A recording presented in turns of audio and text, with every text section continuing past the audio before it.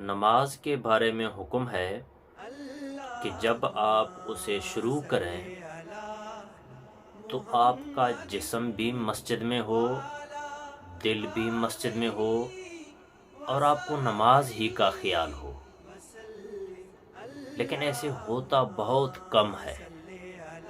اگر انسان اپنے خیالات پر کنٹرول رکھتا ہے تو پھر وہ نماز جب شروع کرے گا تو وہ نماز میں ہوگا۔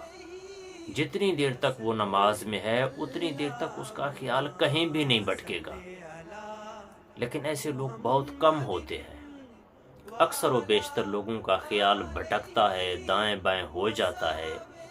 اسے نماز ٹوٹتی نہیں ہے، نماز باقی رہتی ہے۔ نماز کے آداب میں یہ ضرور ہے کہ آپ جب نماز میں ہوں تو آپ کا خیال دائیں بائیں نہ ہو جائے۔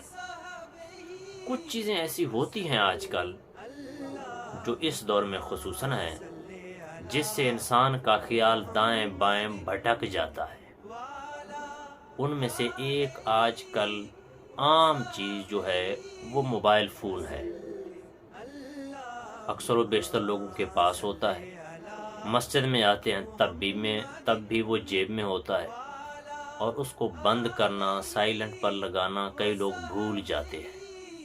تو جیسے وہ نماز شروع کرتے ہیں اگر آپ کا فون بجے تو شرعی طور پر تمہیں حکم ہے کہ آپ اس کو ایک ہاتھ سے پریس کر کے بند کریں گے، اور اس سے آپ کی نماز نہیں ٹوٹے گی، آپ کی نماز برقرار رہے گی۔